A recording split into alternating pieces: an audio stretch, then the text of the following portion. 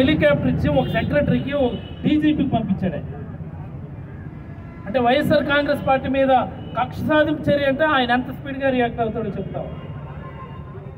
అలాగే ఎక్కడో బొంబాయిలో ఉన్నదట ఒక సినీ నటి, ఓ మహానటి, ఆవిడ తీసుకురావడానికి ఒక ప్రత్యేకంగా టీంని ఇచ్చి పంపించాడు వైఎస్ఆర్ కాంగ్రెస్ పార్టీని లేకపోతే నాయకుల్ని ఇరికించడానికి. దాని మీద ఉన్న శ్రద్ధ ప్రజల మీద నీకుందా అని నేను అడుగుతాను. నువ్వు తుఫాను వచ్చి వరదలు వచ్చి ప్రజలందరూ ముంపులో కనీసం వెళ్ళడానికి రావడానికి తాగడానికి తిండి లేక, తాగడానికి నీరు లేక, తినడానికి తిండి లేక అల్లాడుతుంటే నువ్వు అప్పుడేమో రివ్యూ పెడతావా, అప్పుడేమో నువ్వు కంట్రోల్ రూమ్లు ఏర్పాటు చేస్తావా, అప్పుడేమో నువ్వు దానికి ఒక కంట్రోల్ రూమ్ కమిటీ ఏమైనా వేస్తావా? ఏంటిది? ఏమిటిది?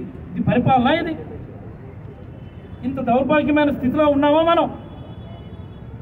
ప్రతి 2000 మందికి ఓ 10 మంది ఎంప్లాయీస్ చొప్పున మన సచివాలయ ఉద్యోగులు ఉన్నారు.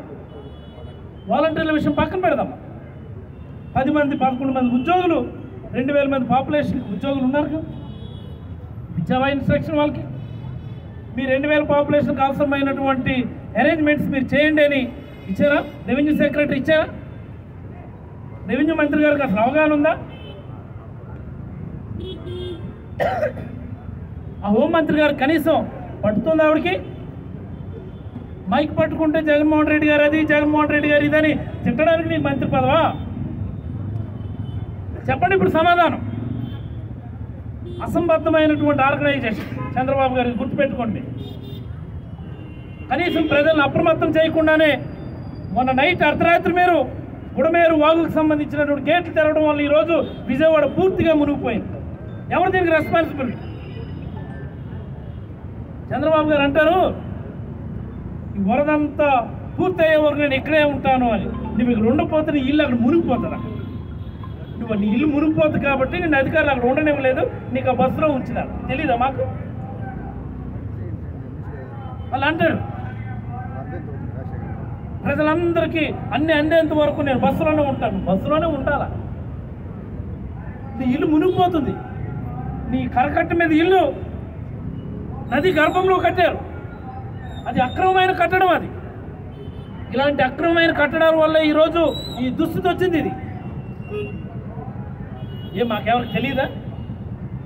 అదేదో గొప్పగా కలెక్టరేట్లోనే ఈ రాత్రికి ముఖ్యమంత్రి బస, తప్పక నువ్వు బస చేస్తావు. బస్సులోనే రాత్రంతా కూడా సమీక్షలు. నువ్వు ఉన్న అక్రమ కరకట్ట మీద, అక్రమ కట్టడంలో ఉండడానికి అధికారులు ఒప్పుకోక నీ ఇల్లు మునిగిపోతుంది, మునిగిపోతే పరుగు పోతుంది నీకు చెప్పడం వల్ల నువ్వు చచ్చినట్టు బస్సులో ఉన్నావు. నీ చేతకానితనాన్ని, నీ బేలతనాన్ని కవర్ చేసుకోవడానికి నువ్వేమో అర్ధరాత్రి అనుకొని వీధుల్లో తిరుగుతూ ఉన్నావు.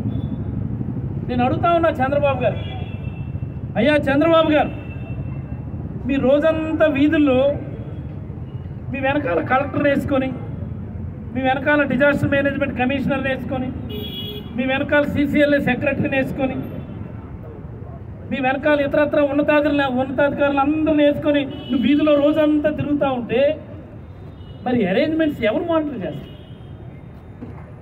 ప్రజలకు అన్నీ అందుతున్నాయో లేదో మానిటర్ చేసేదేవరు? రివ్యూ చేసేదేవరు? అత్యంత దీనమైనటువంటి స్థితిలో ఈ ప్రభుత్వం ఉందని నేనైతే చాలా బలంగా అభిప్రాయపడతాను.